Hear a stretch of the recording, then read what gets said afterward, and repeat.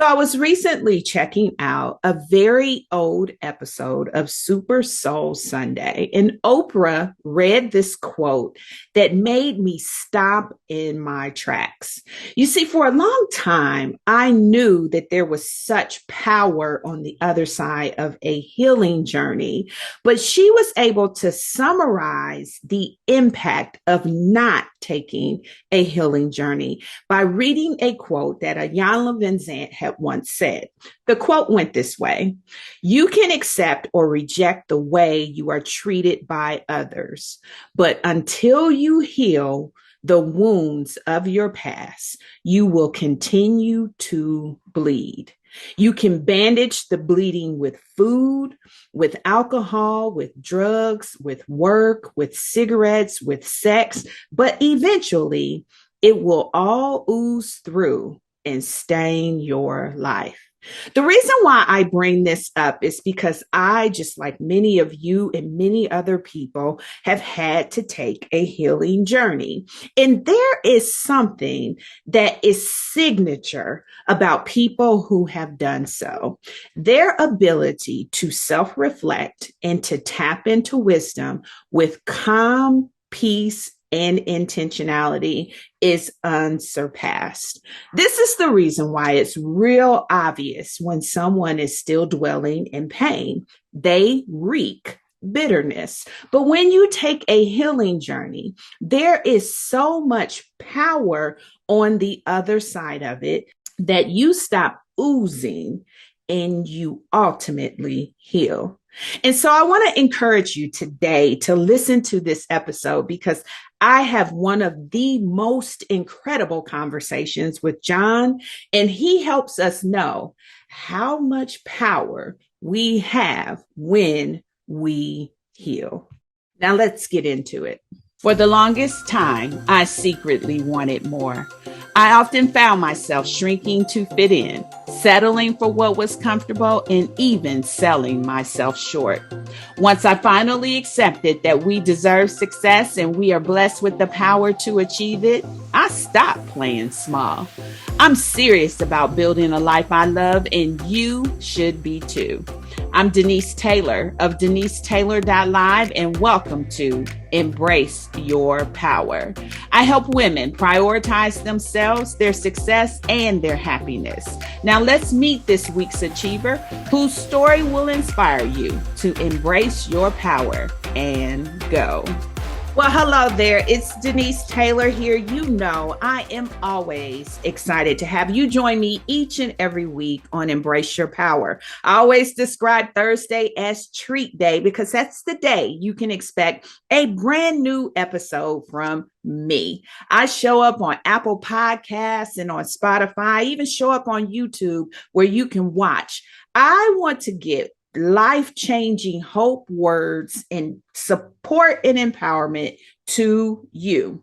That's the reason why this platform exists, is so that I can lift voices and be an agent for change in your life. You see, this is the place where we believe that you can build a life that you love without apology. Even more than that, I believe that God has given you power to do it. In fact, he says in his word that he has not given us a spirit of fear, but he gave us power. And I believe that when we embrace our power, we can truly be, do, have, and achieve anything that we want. And so every week, this is the place that you can get that nudge to be all that you can be. Whatever divine inspiration God has given you, I want you to know you can be it, you can do it, you can have it, and you can achieve it. Now, listen up. I know that you have been encouraged by the episodes that have been shared with you for well over a year now. But here's the thing I want you to do. I want you to take a minute and give me some feedback. Yep, I want you to do a review. And in addition to that, here's the secret thing that you should know about podcasts.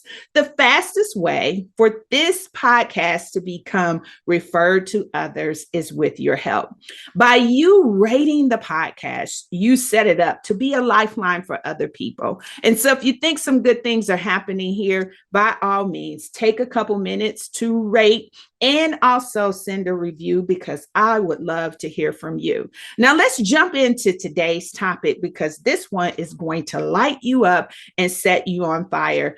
I had such an amazing conversation with John Haynes III. We talked about so many life changing nuggets that I know you are going to leave this discussion ready to attack a bear. We talked about a healing journey. We talked about me work. We talked about mindset and winning strategies. We talked about the executive C-suite coaching and conversations that happen there. And we talked about day-to-day things that can be done to really build a life that you love. It was so packed that it took me cutting the conversation short so that we didn't run too long. And so I don't want to hold you up, but what you need to know about John is he is the epitome of a leader's coach. He coaches from the C-suite to the community. He is a coach for change, for courage, for confidence. He is a coach that is making a difference at all levels. But most of all, he has a heart for his family. He also serves his community. And in addition to that, he loves God. And you can't go wrong with that package. He is so learned and so willing to share from his wealth of experience that I know you will be blessed. And so with that, let's jump into this amazing conversation that I had the chance to have with John. So now there are some people who show up online and they drop wisdom and insight. And John is one of those people that when I see a comment, a post, or even a reflection from him, I know it's coming from a well of wisdom. And so I am so excited, like over the top excited to have John join me today. And I was sharing with him before we hit record that meeting with him is like meeting with a garden because I could tap into any fruit and he will be able to just flow with it because God has blessed him to be able to have wisdom, discernment, and a heart to serve. And so I know today is going to be a phenomenal conversation. Where I decided we would anchor in is around transitions, wisdom, and life. And so as we unpack that, I think you all are going to discover, as I have, that John is an incredible voice for change and courage. And we're going to get into some of that today. So, John, I am so excited to have you join me on Embrace Your Power. Do everyone a favor and introduce yourself and tell us about yourself, your family, and anything you would love for us to know. Denise, I am elated to be with you and thank you so much for this opportunity. I do not take it for granted. You are a power source in your own right here. And it's beautiful to see a powerful woman, a powerful leader, just doing her thing and creating an impact and not being afraid or doing it afraid, to make an impact. And so I just thank you for recognizing who I think God made me to be and who I'm trying to be. And then, linking our superpowers together so that we can hopefully feed some people. And so with that, I am John Haynes III. Family and friends call me Trey.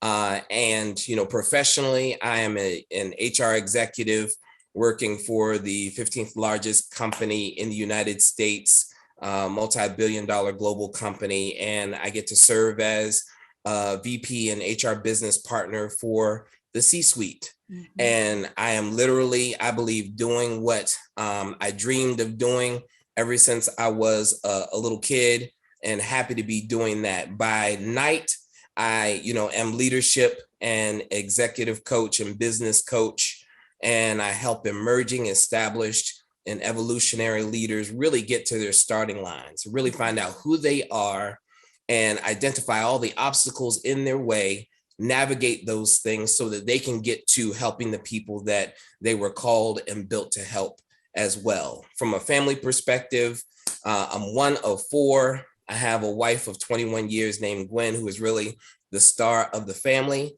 And I have a son, Miles, who is 15 years old. Miles Christian, meaning anointed soldier, who is hopefully going to be the best movie director and photographer that, the globe has ever seen one day. And then we live with my mother-in-law as well, who makes sure that we are taken care of daily. And so that is me in a nutshell, and at its core and foundation and beginning. And all I want to do is help leaders evolve, get freed up, so you all and we all can converge and help the people that need to be helped. So, John, I have to tell you, your by day job and your by night job have a lot in common. When you are serving leaders, you begin to see them excel when they're willing to deal with their stuff. Now, for those of us who have had life experiences and those that we have had to overcome, one of the things that I think you and I both know is that in order for you to soar, you got to be willing to let go of some pain and let go of some things that have you tethered. And so I probably can come to a safe conclusion that you get to do a little coaching during the day just as much as you do coaching at night, especially when you're dealing with leaders who need to operate in their zone of genius, because that's where we're all trying to get. It's to the point where we can function in our zone of genius and rise as leaders. Do me a favor and kind of correlate that for me, what you kind of see emerging as you're coaching people to that space of their genius. It helps to give you some context as to how I got here a little bit. And so, and I'll transition and answer your question directly. So going to Hampton University initially and going to college, I majored in electrical engineering. And I did that for 4 complete years until I discovered, bro, you're never going to be an engineer. You should stop doing this. You're going to literally die here. And so being sick going to class, feeling like I was in the wrong place, feeling like I was lost was just not the thing after 4 years and no degree and a lot of failure. So transitioned to Old Dominion University, started majoring in psychology with an emphasis on industrial organizational. And I went back to being who I was as a kid. And that was the little person to solve people problems at even that young age. And I wanted to do that for business leaders. And so what I say, Denise, is that I can't tell you how a light circuit is wired, but I can tell you how people and organizations are wired. That's where my engineering comes into place. And so my whole objective is for you to be one leader, whoever you are in workplace, life, community, for you to be one leader. But there are just a few things that are obstacles to you becoming one leader. One is fear. And fear is a monster. It's sneaky, it's unpredictable, it can attack at any time. And so my job is to help you identify the fear and see yourself coming so that you can circumvent the fear. Another thing is just lack of self-worth and value. And I just talked to several leaders about value yesterday. So many times we dig into the workplace, we dig into our communities, and we are so bent on doing things for others that we lack the time, or we don't take the time for ourselves. And so we go years and years and years and project after project after project and venture after venture, missing ourselves. And we're serving people thinking that we're serving our ultimate goal when we're as far away from it as the East is from the West. So my job also is to help you value yourself so that you will get to the right position. The other thing that I help deal with is whatever happened to you, reframing that so that you know it happened for you. No matter what it is, it happened for you. And when you can reframe and know that that thing that happened to you actually happened for you, you can see the hurt, the pain, the trauma differently, and know that it's no longer a void in your foundation, but actually a brick in your foundation that you can leap off of and leap into where you need to be. So those are some of the issues that I deal with and that I see every day, whether it be me coaching an executive or a C-suite leader, or me coaching someone in the community or a personal client. Yeah, I can relate to so much of what you talked about. And what I have discovered in the last few years of of a time when I was willing to do some me work, right? Because it takes a lot. You're right. We busy ourselves in a way that takes the attention off of us. But when you take a pause and you're willing to look in the mirror and recognize that you have some work to do with all of your successes, you have achievements, you have marks, you have become a great person of hiding in plain sight. I found that when I was willing to do the me work and really, like you said, change the narrative of it all, I discovered that it wasn't weakness underneath all of that. That's where my power was. That's where I began to really realize my strength. And that's such a huge misconception. We think if we take the journey to unpack the pain, to begin to reckon with the things that we're embarrassed to talk about or don't want anybody to know, that underneath that will be marks of weaknesses. But I discovered that when I let go of all of that, I really found my power. How have you seen that with those that you've talked about? So I believe firmly that there is strength in vulnerability. And it's very much like discovering the kryptonite to a Superman.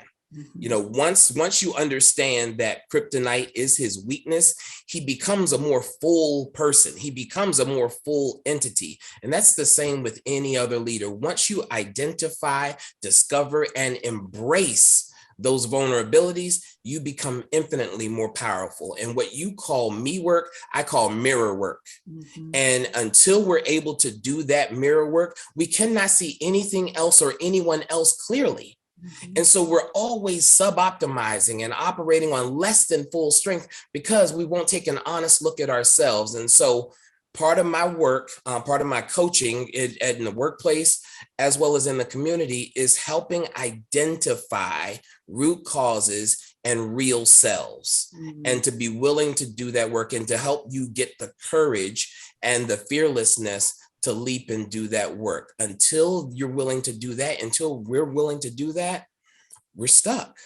And we're not built, we're not meant to be stuck. We're not meant to be disconnected from each other or the world. But we constantly let those things stand in place. And I'm attacking those things that stop us from becoming who we are called to be, who we were literally built to be.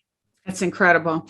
So listen, I was out a few weeks ago with a group of girlfriends, and there was a guy who was admiring us as a group from afar.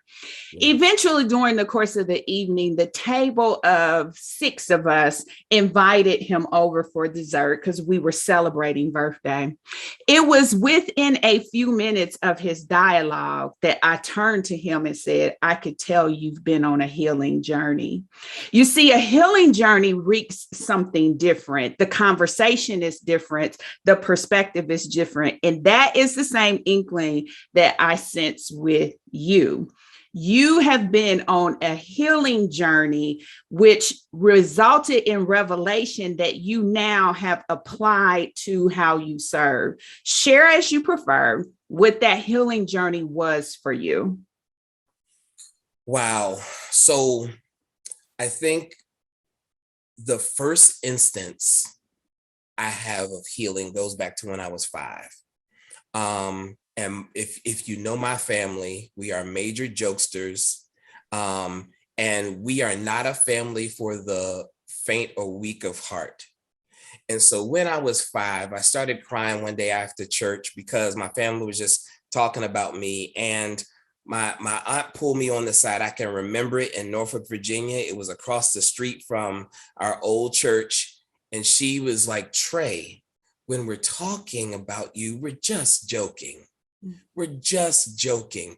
Don't take it so seriously. Don't take yourself so seriously. I can remember that conversation from 5 years old, as if it happened yesterday. And that was my first instance of healing and letting me know that, one, sometimes your feelings and emotions, although they may be true to me, don't tell the truth or don't tell the whole story. And there is greater perspective than just how I feel.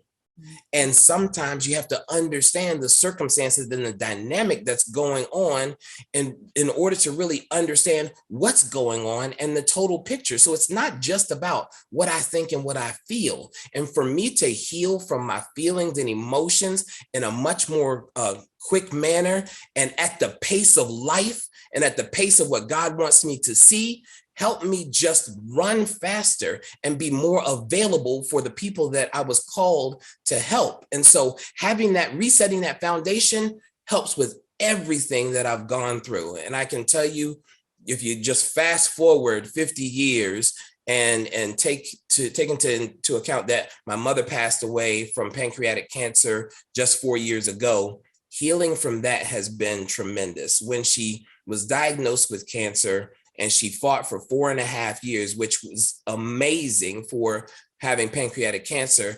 Every day, nearly every day, I ask God, what do you want people to see? What do you want your people to see? What do you want me to do? So what I try to do is heal in the middle of going through. I can't wait to the end because for me, that's too late. I see the situation. I'm trying to heal as I'm going through. And I've got all this evidence, Denise, that I can heal. And I match that evidence with my faith. And so that's the thing that I want my clients to see. That's the thing that I want, everybody that I speak with to see is that you can match that evidence with your faith and develop a healing strategy. And that's what I use daily. That's awesome.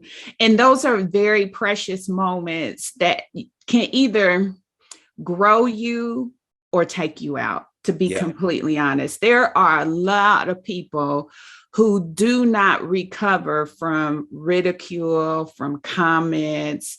I know for myself, I had to take a journey with that. There were comments that were made, a lot of comments that were made as a child, that if you cannot get right understanding and perspective in that moment to isolate the emotion from the definition of who you are and who you can be, it can paralyze you.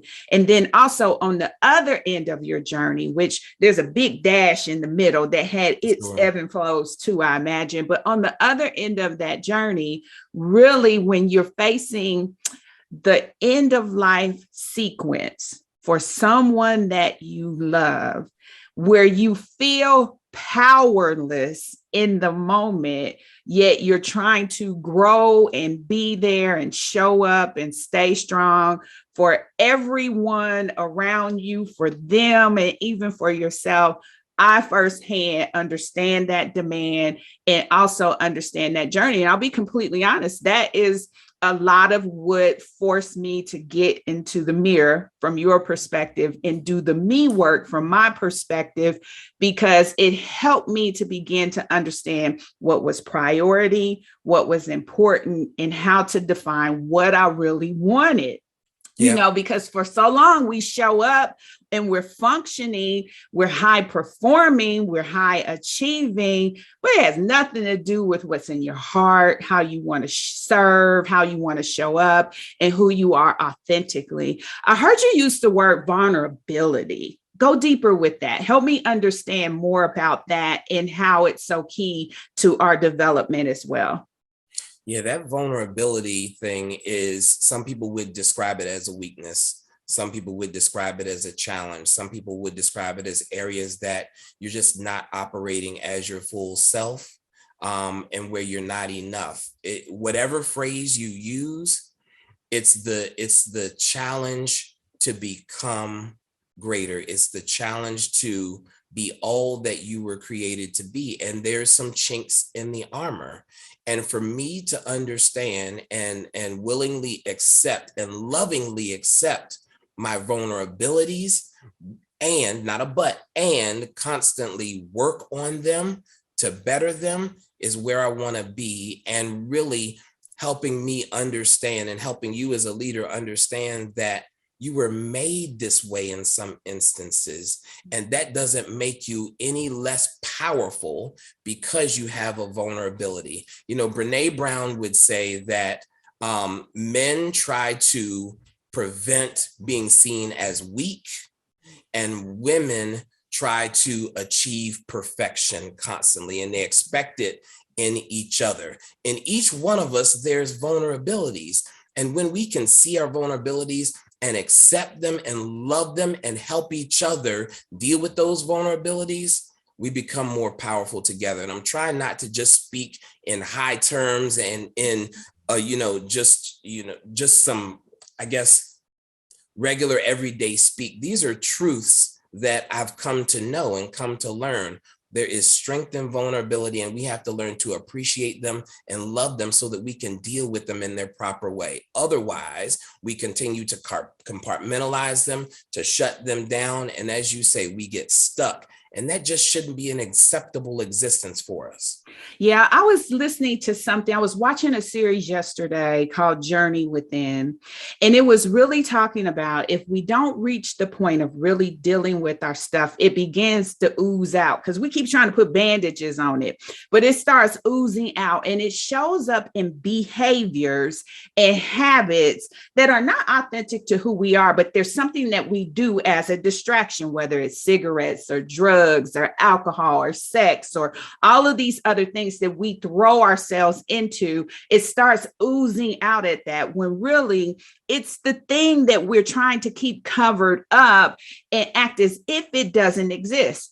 What you tap into when you are willing to deal and face with being vulnerable is a power source that's greatly undervalued because, and this is one of the things that I shared recently, we make up all of these things that are going to fit the bill for us, right? We start describing what we want to live in, what we want to drive. We make up all of these things that'll fit the bill, but none of them actually fit until you're honest about who you are. And that's why we find no satisfaction in them.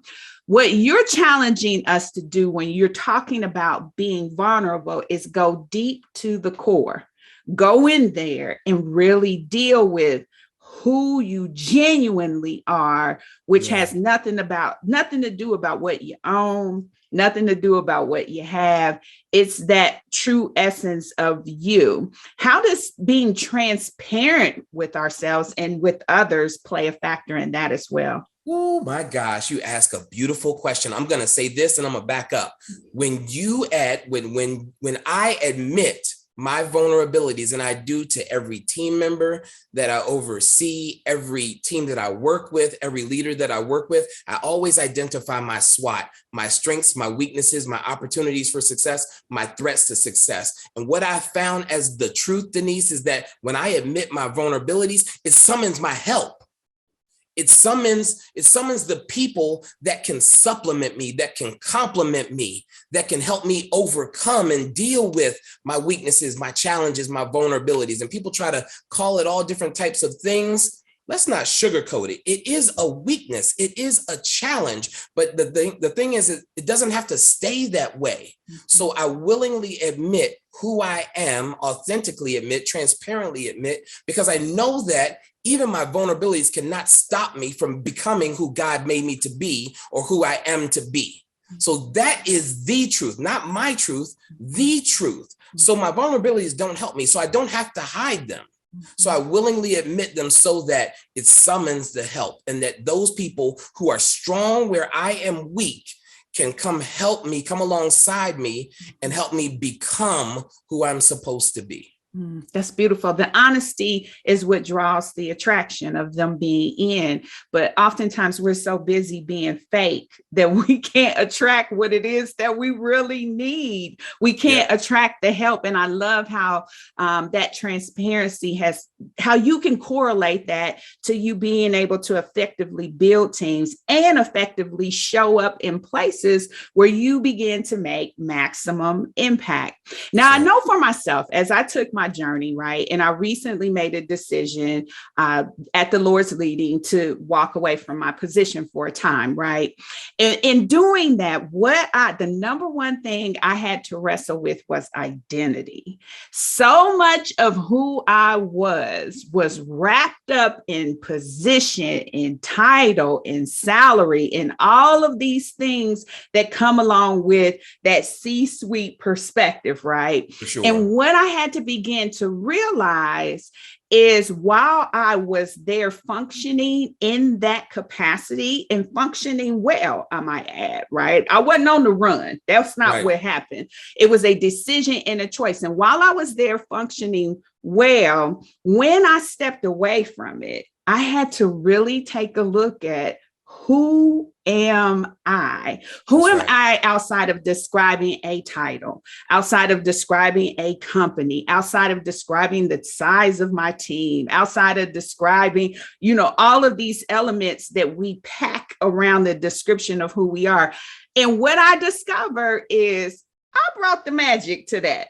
Right. And when I got up from the table, the magic came with me. It helped me to really begin and settle my confidence, because it wasn't those positions. It wasn't those companies. It wasn't those roles and responsibilities that defined or made me. It was who I was. But so much of our identity is so mixed up with other things. How can we work on getting a better understanding of who we are as a part of our journey?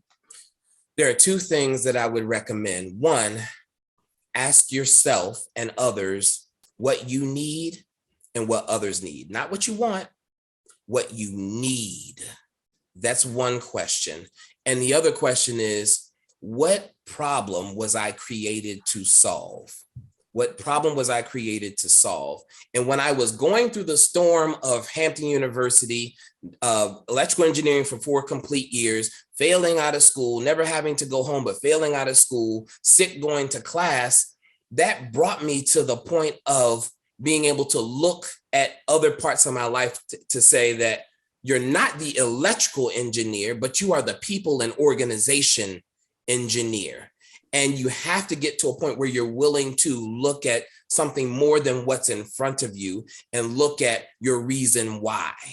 And so I know I discovered that I was created for more. And my job is to help you ask the questions. There's a great leader in the Wisconsin area, Dr. Robert Piles, who said, answers broaden you, but questions deepen you. Answers broaden you, but questions deepen you. And so part of my job as a coach is to ask great questions and to get you to question all that you have learned, for the hope and the prayer that you might unlearn some of the things that you have learned and adopt some truth. Not your truth, because your truth is based in opinion, but adopt some truth so that you can have some stakes in the ground and go from there and not be lost anymore. And so those are two questions, at least, that I ask people and that I try to answer for myself daily. And when I really hunker down and focus on and answer those questions, light comes. Light comes and truth comes and other thoughts come. And I think back to what was my Jeremiah 29:11 moment. What plan was really crafted for me before I even got here? Everyone has one. And so my job is to get you to that and to get to that. Does that make sense? Absolutely.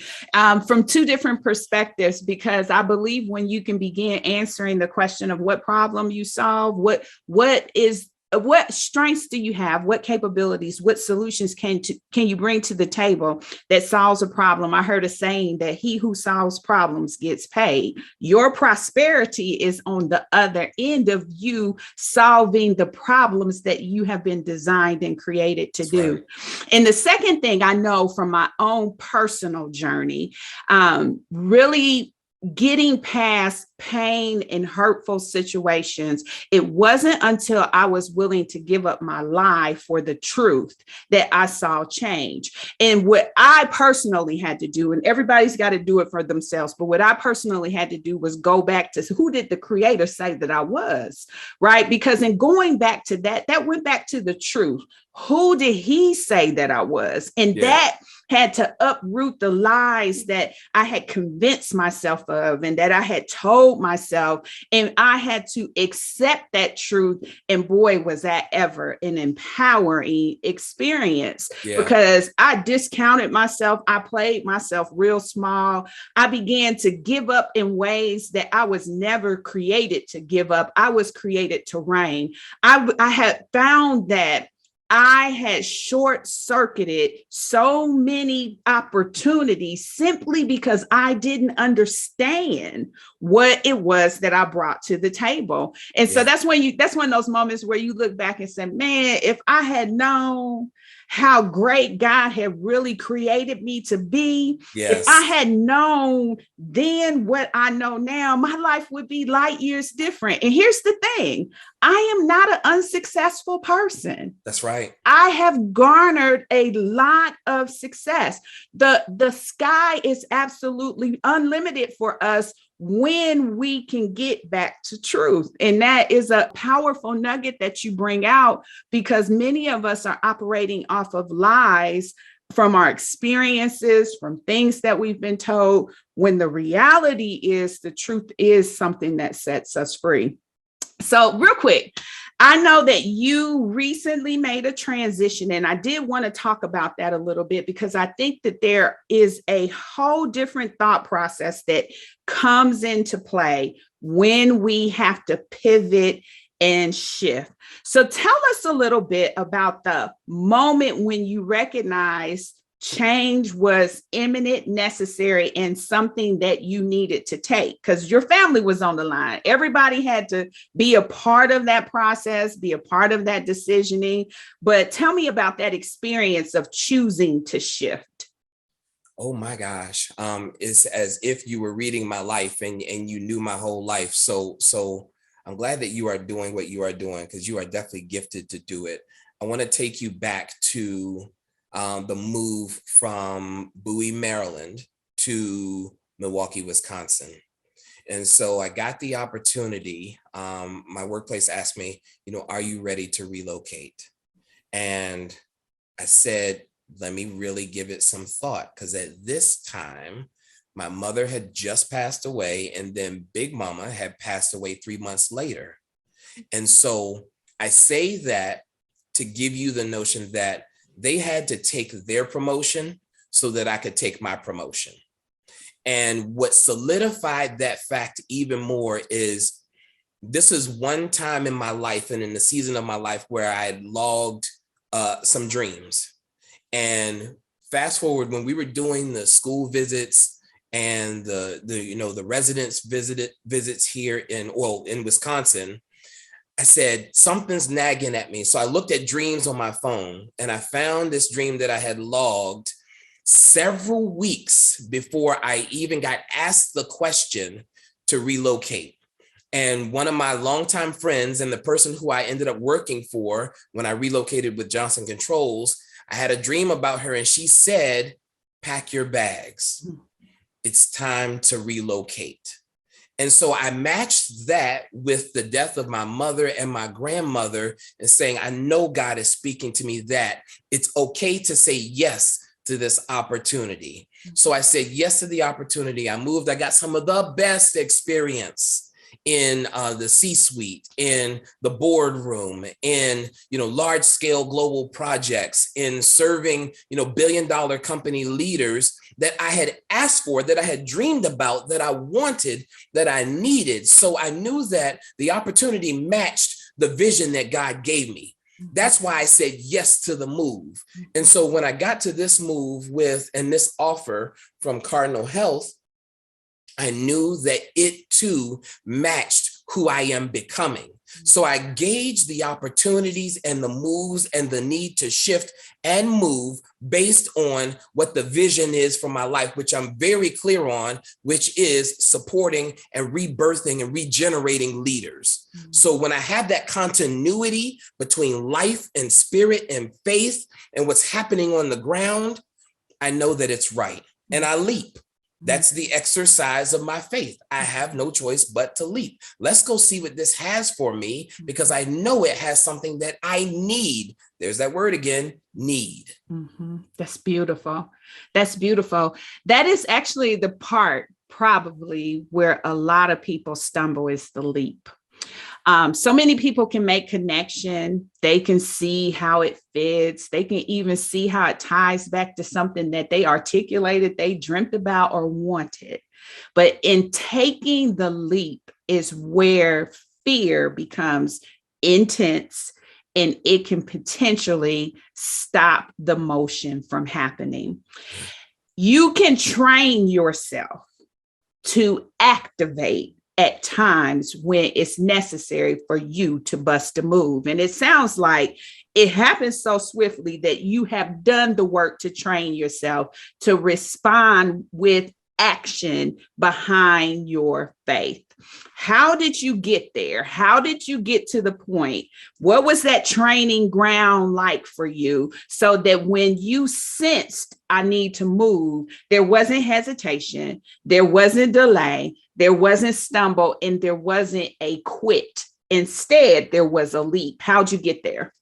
So I went back and recognized, at one point in my life and one season in my life, all the opportunities that I had missed because I was afraid, and because that fear made me delay, that fear made me avoid, that fear made me procrastinate, that fear made me fail. And I started to believe in the fear. But, I came to one instance where I was out of work for 10 months. And, contrary to popular opinion, I do not prefer public speaking. And I am a introvert that's probably good at being an extrovert. I'm probably squarely in the middle on that, but I do it because I know I have a message to bring. And so during this time when I was out of work for 10 months, I had speaking engagements every single month. Every single month. I had coaching clients every single month. I was helping boards develop. I was doing everything that I had dreamed of doing and that I knew that God had built me to do. And so what that made me realize is here's what I live by now. Here's the shift, Denise. I started saying yes before I could say no. And when I adopted that philosophy, I knew I had to prepare myself for whatever I was fearful of. And it was the date is coming. So you should prepare for the date that is inevitable, that is coming. And you should shift your mindset to appreciate the opportunities rather than hating them or disliking them or not appreciating them. So it required a major shift for me. And it was saying yes, meaning my spirit, meaning my mind, meaning my heart, meaning my hands and feet. I'm going, I'm coming. You ask me, I'm coming. I'm saying yes before the no gets me, before the fear gets me, because I know if I pause, if I delay, if I procrastinate, I'm more likely to give in to the fear. So that was the shift that I made. And I just go ahead and leap because I realized through all of the evidence of my life that I have lived through every leap that I have taken. And so I just got too much evidence to not say yes. That is so good. It's a very simple practice, especially if you see yourself, I hate to say it this way, but if you see yourself punking out, that's an old term. If you see yourself having that tendency to just wimp out in the moment, it's usually followed by a huge amount of regret when it is something that you should have done, but you didn't do. And there is nothing more tormenting than regret. But if you have that bias, that is absolutely a powerful way to train yourself so that you can create the habit, the discipline to go for it. And I'm a huge believer in that. Around these parts, we believe that we can build a life that we love. I believe our love for whatever it is will come divinely. I think God will inspire us and give us assignments and it will align with our purpose. But I believe we can build a life that we love. What I love about what you're doing is when you talked about what it was that was a driving force behind saying yes, it went back to what you understood as the purpose of why you were here. You are here to train, coach, engage, sharpen the iron of leaders who are set to lead, whether it's in community, who are set to lead, whether it's in corporation, leaders who are set to lead, even in family. And that's a beautiful perspective because once you can connect the dots with that, it has to be a yes from you. There has to be a leap that follows because Yes. you've trained yourself to do that. That's so beautiful. Now, when we come back from the break, I want to go deeper into success and the winning mindset. Like, how do we begin to cultivate that? So we'll be back in just a bit. Now, if you follow me on social media, then you know I talk a lot about mentoring. In fact, you probably have seen my posts where I have this shameless plug of saying, I want to be your mentor officially. And what that means is I know that I share a lot of things that help you be inspired and maybe even empowered. And I believe that if you come closer to your answers, your life can truly light up and you can experience more success. I introduced the Power Play program, and I am so excited to be expanding the services that are now being offered in addition to my 60-day program. The Master Mentor membership is focused on sustaining success. You see, my goal always has been to encourage you and help you build a life that you love. I believe that you can have a life that is successful in every way important to you. With the right strategies, you can have it all, and I would love to be a part of your success journey. Now, as a high-achieving professional woman myself, I know that one of the biggest challenges we face is warring against pressure to settle and maybe even give up. I believe that we can pursue happiness in our own way without compromise. We don't have to settle. I believe that there is a harmonious place where we can thrive and have it all. And I am on a mission to help you be as successful as you dream. If you know that you have secretly wanted more, but yet you've been hiding in plain sight, and you want that ongoing support to help you navigate through, this program is packed with everything that is necessary for sustaining success. Now, by joining the membership program, I am officially your mentor. I am there to empower you, encourage you, guide you, and give you the support that is necessary to ensure long-term success. Now let's get back into it. Now that we're back, I want to go deeper into talking about success and a winning mindset. So let's just start off with you telling me from your perspective, what are your thoughts and how would you define success? Wow.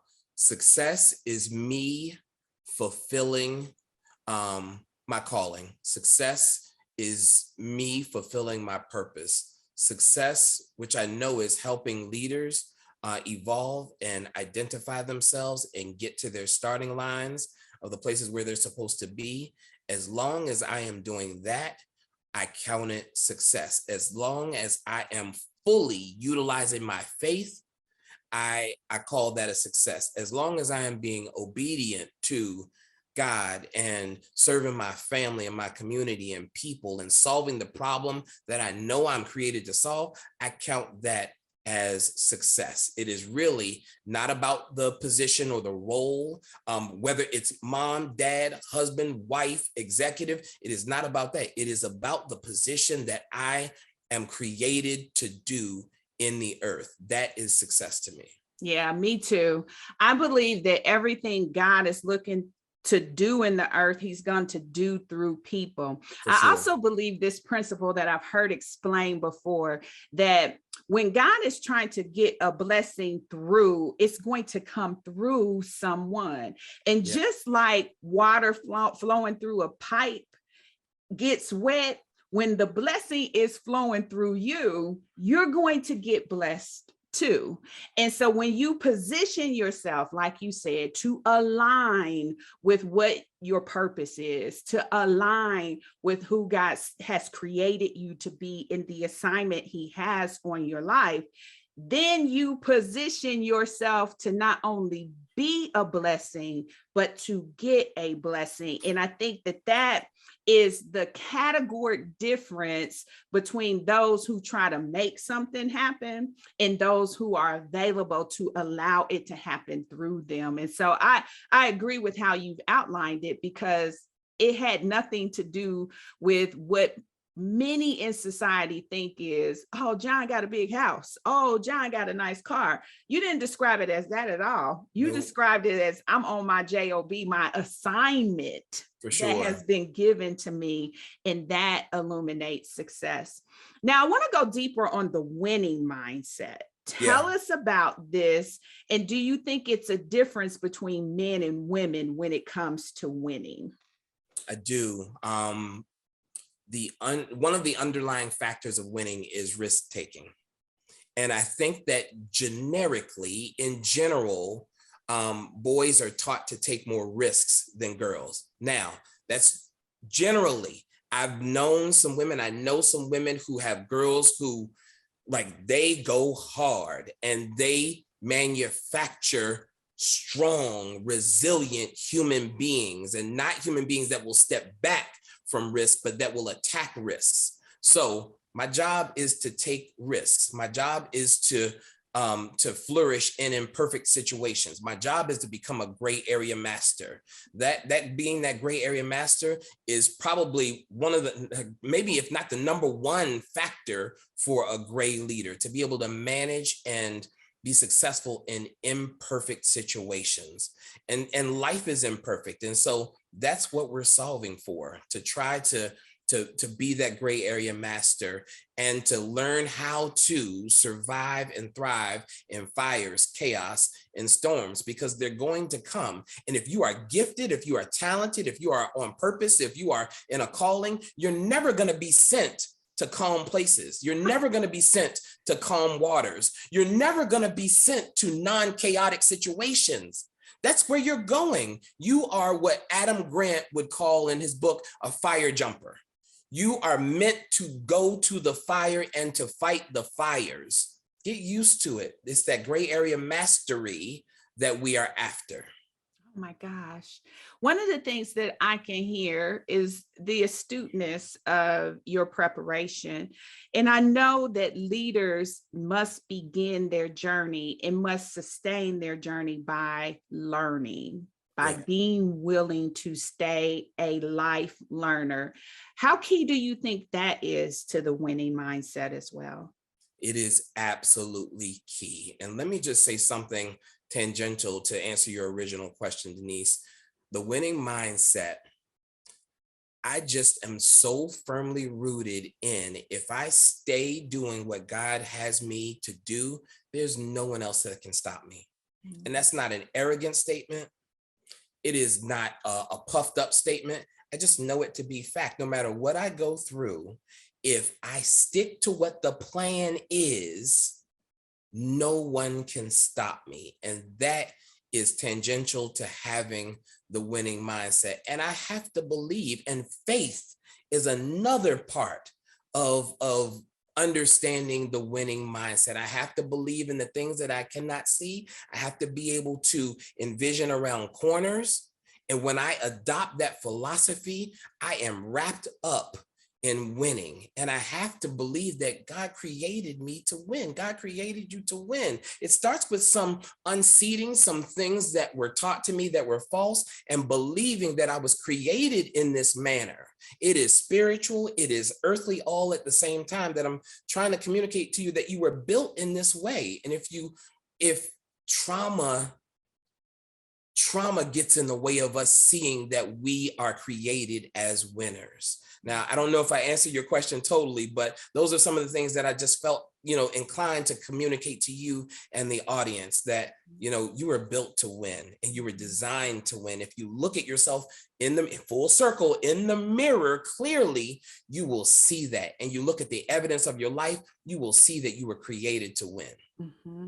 Yeah, trauma is that thing that's happening to try to distort or disrupt the purpose that you were created to birth.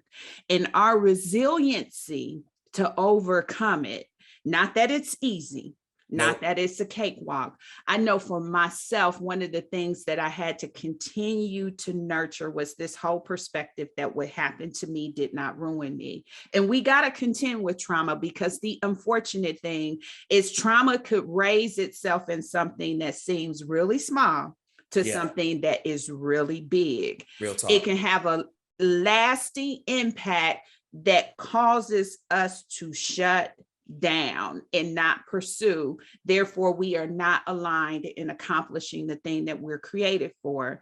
But what you tapped into there is that my purpose is greater than my trauma. My purpose is greater than what happened to me.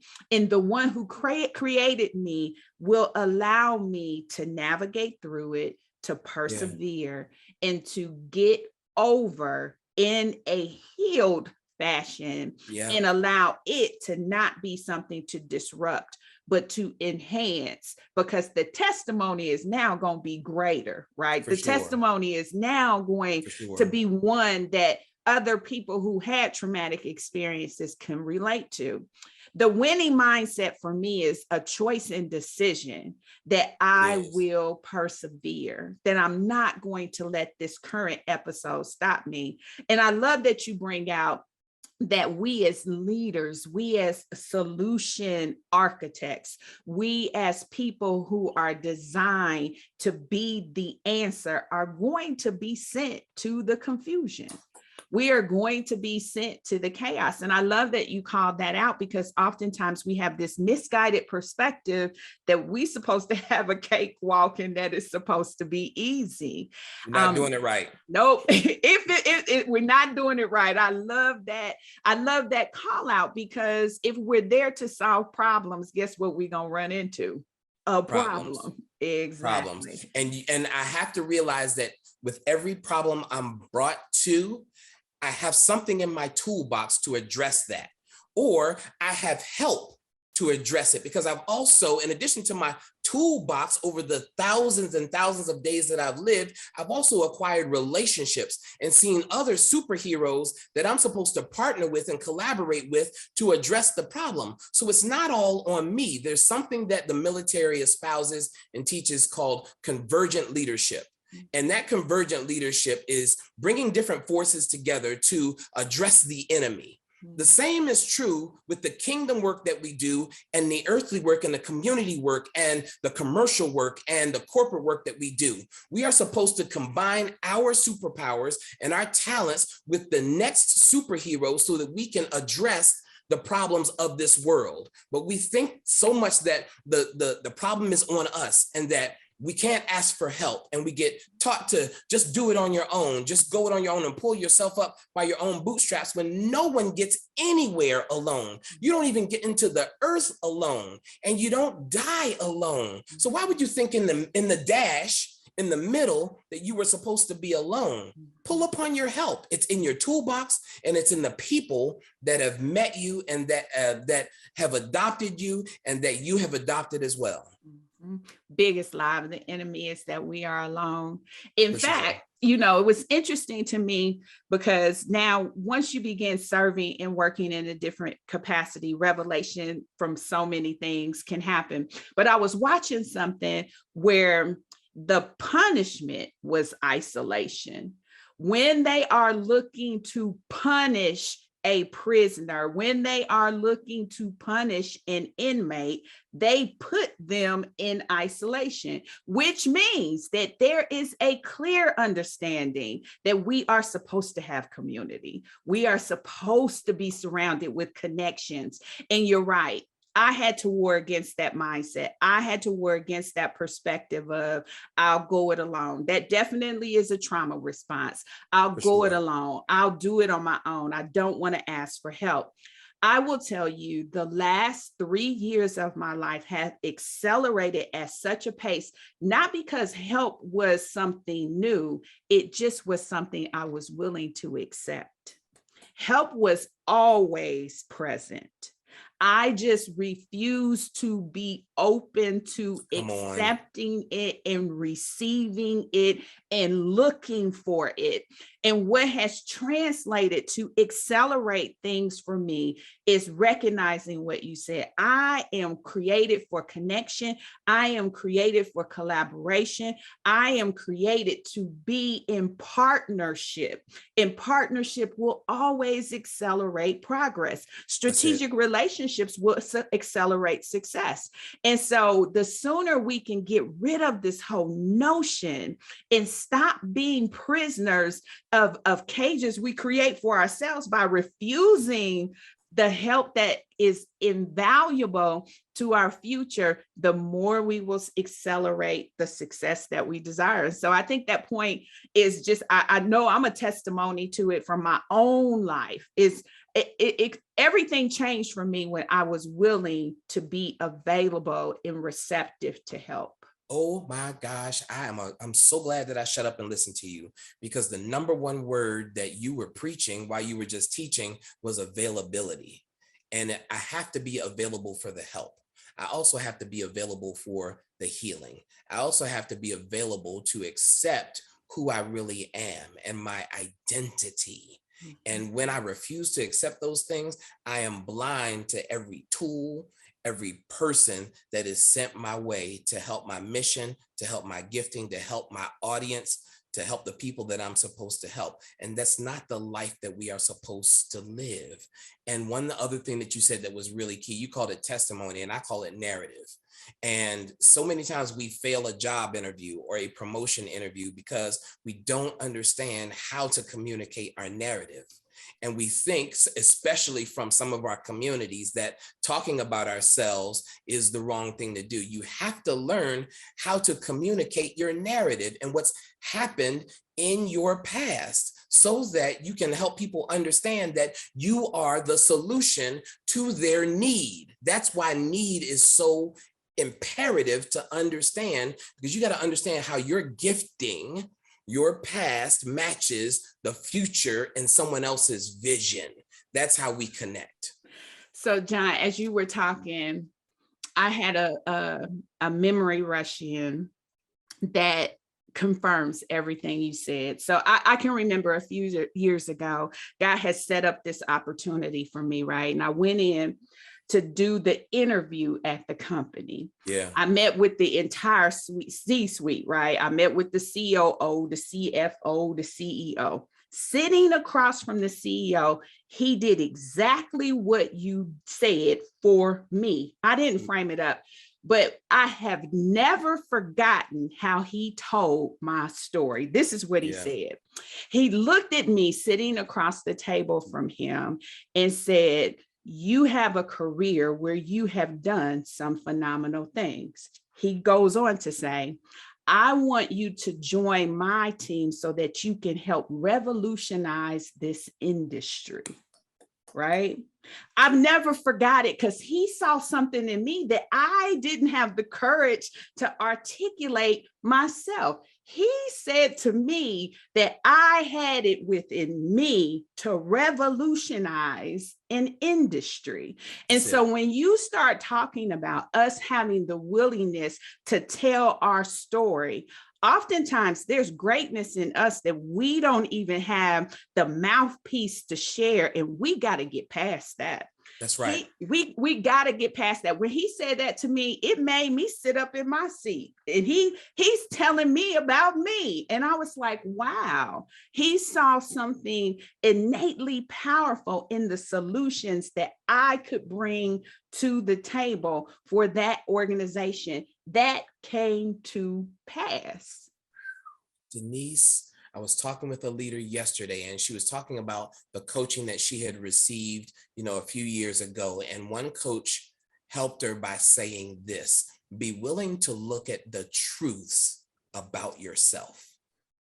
And it's a small statement, but when you compare the truths against all the lies that you believe about yourself, I'm not enough, I'm not equipped, I'm damaged. I'm always going to be unhealed. Nobody wants me. I'm never going to get that job I asked for, never going to get the pay that I asked for, never going to meet the people that I need to meet, never going to get into the boardroom where I can make a whole bunch of change, never going to have the resources that I have. I named those 10 things in just 20 seconds. Now imagine that tape on replay and how it can destroy a human being and a spirit. You don't just die from that, you become part of the walking dead. And that should not be an acceptable existence to who we are. So you have to discover the truths about yourself. That means that you have to be willing to look at something different than what you were taught and be willing to unlearn those things that you were taught and replace them with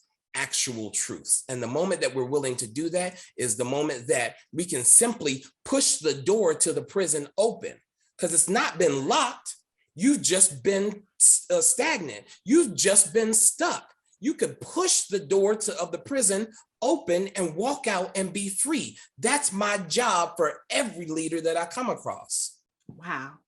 And on that note, I'm going to close this out because we could go all day. I am going to purpose in my heart to make sure I bring you back, because I just really feel like there is so much more. I started off talking about it's a deep well of wisdom. There is so much more that needs to be elevated and shared from your voice. And so I'm definitely going to bring you out. So around these parts, I talked about how we are all about building the life that we love. I love to tap into wisdom. We've already been rolling there, but here's my closeout questions. When you look at your life, what's your life wisdom? What would you tell your younger self about life if you could?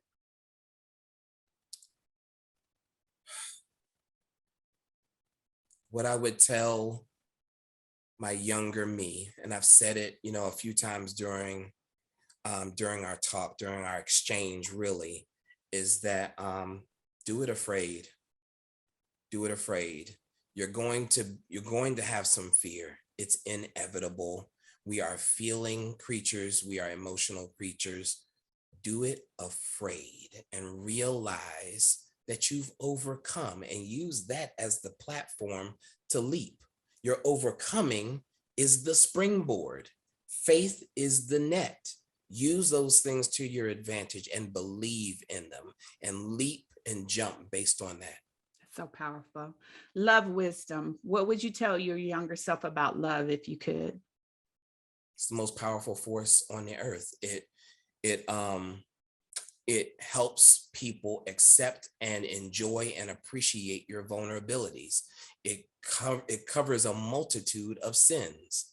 And so love helps you heal and helps you forgive. And when you can do that, then you cannot be hampered by the past.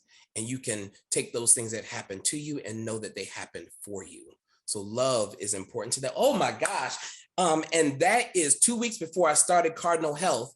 Love is the philosophy that I believe that God told me to spread. So just this week, I have been launching love to leaders in my workplace. Love meaning leadership, ownership, value, and evolution.